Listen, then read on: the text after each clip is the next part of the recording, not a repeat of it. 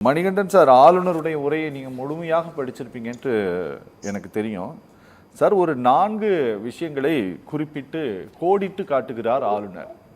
தன்னுடைய குடியரசு தின உரையிலும் இதையே தான் குறிப்பிட்டிருந்தார், சுதந்திர தின உரையிலும் இதையே தான் குறிப்பிட்டிருக்கிறார். இங்கே இதை தமிழ்நாடு அரசாங்கம் இதுக்கு ரியாக்ட் பண்ணியிருக்காங்க.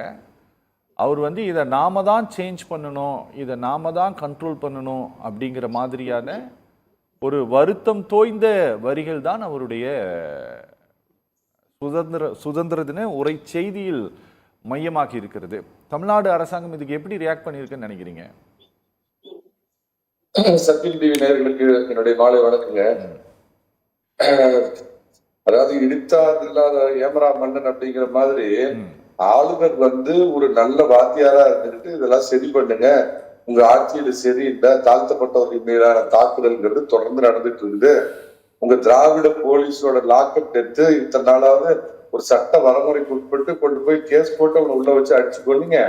இப்ப கடத்திட்டு போய் ஆளை வச்சு அடிச்சு கொள்றீங்க, இந்த லெவலுக்கு போயிடுது. வேங்கை வெயில பீ தண்ணி குடிச்ச தாழ்த்தப்பட்ட சகோதரர்கள் நீதியை கேட்டு நெடும்பயன் ஒரு காலத்துல கருணாநிதி போனார், அந்த மாதிரி நீதி கேட்டு நெடும்பயன்னு போயிட்டு இருக்கிறான். ஆனா FBI போலீஸ், ஸ்காட்லாந்து யார்டுக்கு இணையான போலீஸுங்க திராவிட போலீஸ்ன்னு சொல்லிட்டு இப்பதான் DNA டெஸ்ட் பண்ணிட்டு இருக்கிறோம், குற்றவாளியை நெருக்கி விட்டோம் அப்படின்னு இந்த படத்துல திக்குன்னு காட்டுவாங்களா, அந்த மாதிரி காமிச்சிட்டு இருக்கிறீங்க. இந்தியாவுடைய தலைநகரா, போதை தலைநகரா தமிழ்நாடு மாறிட்டு இருந்து ஸ்கூல் பக்கத்துல பாத்தீங்கன்னா நாங்கெல்லாம் படிக்கிறப்ப கல்கோடா மிட்டாய், கடலை மிட்டாய் கிடைக்கிற மாதிரி இப்ப போதை லாகரி வசதிகள் எல்லாம் கிடைக்குது அப்படின்னு இந்த மாதிரி பட்டியல் போட்டு இங்க நடக்கிற அட்டூழியங்கள். இப்ப சமீபத்துல பாத்தீங்கன்னா பங்களா படுகொலை, இந்த கோயம்புத்தூர் இந்த பக்கம்லாம் தனியா இந்த பண்ணை வீடுகள்ல இருக்கிற வயதானவர்களை அடிச்சு கொண்டு அவங்ககிட்ட வழிப்பறி பண்றது, நேர்மையான அரசு அதிகாரிகளை அலுவலகத்திலேயே புகுந்து வெட்டி கொள்றது, யூனிஃபார்ம்ல இருக்கிற மகளிர் போலீஸுக்கே போய் பாலியல் சீற்றல் பண்றது, இந்த மாதிரி சட்டம் ஒழுங்கு சண்டி சிரிக்குது, போதை சுடுகாடு ஆகிட்டு இருக்குது, கள்ளச்சாராயம் குடிச்சு தாலி இருக்கிறாங்க. இதெல்லாம் பார்த்து கொஞ்சம் ஆட்சி நல்லபடியா நடத்துது, மக்கள் இதுதான் உங்களுக்கு ஓட்டு போட்டாங்க அப்படின்னு அவர் குறிப்பிட்டு சொன்னா, பாத்தியா மோடிய பாத்தியா, அமித்ஷா தாடிய பாத்தியா, ஆளுநர் ரவிய பாத்தியா, வழக்கமா அதாவது 8 மாசத்துக்கு இதேதான் கை கொடுத்தாகணும். இவங்க தமிழக மக்கள் முட்டாள்கள் கிடையாதுங்க.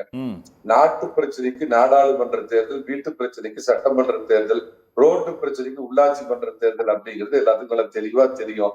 நாட்டு பிரச்சனைக்கு மோடி வேணுமா வேணாமாங்கிறது இந்திய மக்கள் ஒரு மாதிரி தீர்ப்பும், தமிழகத்துல இருக்கிறதுக்கு எதிரான தீர்ப்பும் கொடுத்துட்டாங்க. ஆனா அதே பொம்மையை கொண்டாந்து இங்க லாலிபாப் கொடுத்து மக்களை ஏமாத்தலாம். 506 நம்ப முடியாத வாக்குறுதிகளை கொடுத்தீங்க. வடநாட்டு புரோகிதர் ஐயரை வச்சு அவர்கிட்ட 300 கோடி ரூபாய் அவருக்கு அவசரம் கொடுத்து என்னென்னமோ வாக்குறுதிகள் செஞ்ச வாக்குறுதியை சொல்லுங்க. இவ்வளவு செஞ்சிருக்கிறோம், மக்களுக்கு செஞ்சிருக்கிறோம், இவ்வளவு நலத்திட்டங்களை கொண்டு வந்திருக்கிறோம் அப்படின்னு சொல்றதுக்கு எதுவுமே இல்லாத, எதை கேட்டீங்கன்னாலும் பாத்தீங்கன்னா ஒரு சென்சேஷன் பத்தி எரியிற மாதிரியே தமிழ்நாட்டை களத்தை வச்சுட்டு இருப்பாங்க.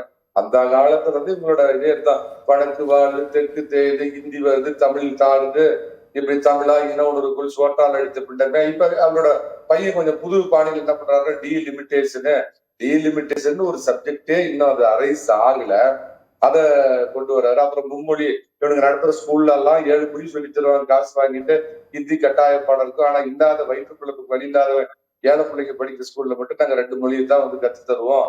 இப்படி இந்த நாடகம் பண்ணிக்கிட்டு என்ன பண்றாங்கன்னா, அரவிந்த் ஆட்சியர் 2011 எங்க அப்பா பண்ணாரு ஒரு கோரமான ஆட்சி, தமிழக அரசியல் வரலாற்றுல இப்படி ஒரு மோசமான ஆட்சி இல்லைன்னு அதையே மீறி மிஞ்சிட்டார் எங்க தலைவர், எங்க திராவிட நாயகர் ஸ்டாலின் அவர்கள்.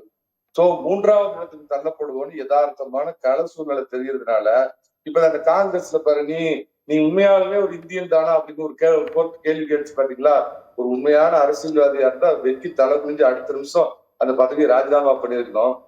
அவரு இப்ப என்ன பண்றாரு, அடுத்து அவர் தலைமையில தொடர்ந்து 97 தோல்வி நினைக்கிறேன், இன்னொரு 3 தோல்வி செஞ்சுரி அடிச்சிடும். அவருக்கு கண்டுபிடிச்சா பாருங்க, வாக்கு திருடர்கள் அப்படின்னு அவரு கேள்விப்பட்டிருக்கிறாரு பாத்தீங்களா.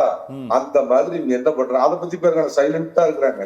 ஏன்னா அவங்கதான் இவரோட இந்த தொகுதியை பத்தியே கேள்வி எழுப்பிட்டாங்களா, முதலமைச்சருடைய தொகுதியிலே பிஜேபி நீங்க இவ்வளவு பேர் சேர்த்து வச்சிருக்கிற அப்படின்னு சொல்லி, இது குளத்தூரா கொலையூரா இன்னொரு ஊர்ல அப்படின்னு அவங்க கிளப்பிட்டாங்க. அதனால அதுல மட்டும் பாருங்க அப்படி கள்ளமும் அமைதியா இருப்பாங்க. ஏன்னா கள்ள ஓட்டு சேர்த்துறதுலயும் கள்ள ஓட்டு போடுறதுலயும் ஆசியால உலகத்திலேயே பட்டம் வாங்கின ஒரே கட்சி திமுக. இந்த மாதிரி தொடர் தோல்வி, அதாவது தொடர் ஃபெயிலியர், ஆட்சியுடைய ஃபெயிலியர் சொல்றதுக்கு எதுவுமே யோகியமா இல்ல.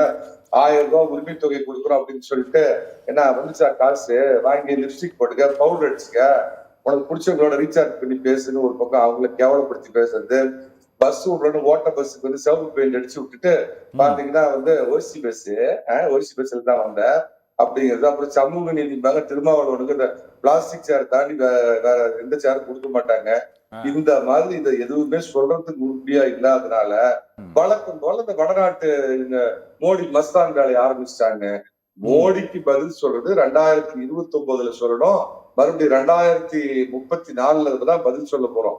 இப்ப நடக்கிறது 7.5 இல்லாத 4.5 ஆண்டு நல்லாட்சி கொடுத்த பழனிசாமி வரணுமா, இல்ல திராவிட மாடல் ஆட்சி கொடுத்த ஸ்டாலின் வரணுமா அப்படின்னு மக்கள் மத்தியில் இருக்கிறது. இவங்க எல்லாம் பாருங்க, ஏப்பா கரண்ட் பில்லை ஏத்தினா ஒன்றிய அரசு குன்றிய அரசு காரணம். எதுக்கு எடுத்தாலும் ரவி எங்க தாடி, அமித்ஷா தாடி, மோடி தாடி, இதையே காரணம்னு மக்கள் புரிஞ்சிட்டு இருக்கிறாங்க. 2011 எப்படி தூக்கி இவங்களை 3வது இடத்துல இருந்தாங்களோ அந்த மாதிரி எழுதி திமுகவுக்கு முடிவுரையை தரத்துக்கு மக்கள் ஒற்றை விரலால் ஓங்கி எடுத்து புரட்சி செய்ய காத்துக் கொண்டிருக்கிறார். Okay okay okay